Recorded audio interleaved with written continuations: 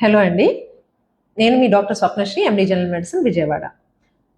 కామన్‌గా మాంజారో గురించి ఇంకో క్వెషన్ అడుగుతున్నారు షుగర్ పేషెంట్స్.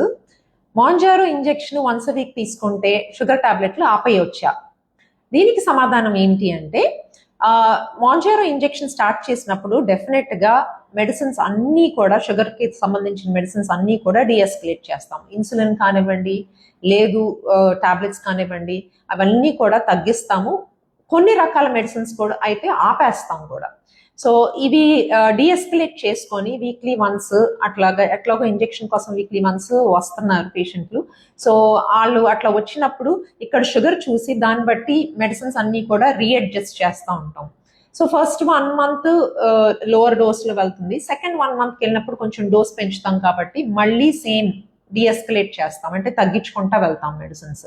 సో అట్లాగా దానికి చెప్పాను ఇంతకు ముందు కూడా. సో 5 mg పర్ వీక్ వచ్చినప్పుడు థర్డ్ వీక్ నుంచి ఇంకొంచెం దాని ఎఫెక్ట్ బాడీలో పెరుగుతుంది కాబట్టి అప్పటి నుంచి ఇంకా జాగ్రత్తగా ఉండాలి.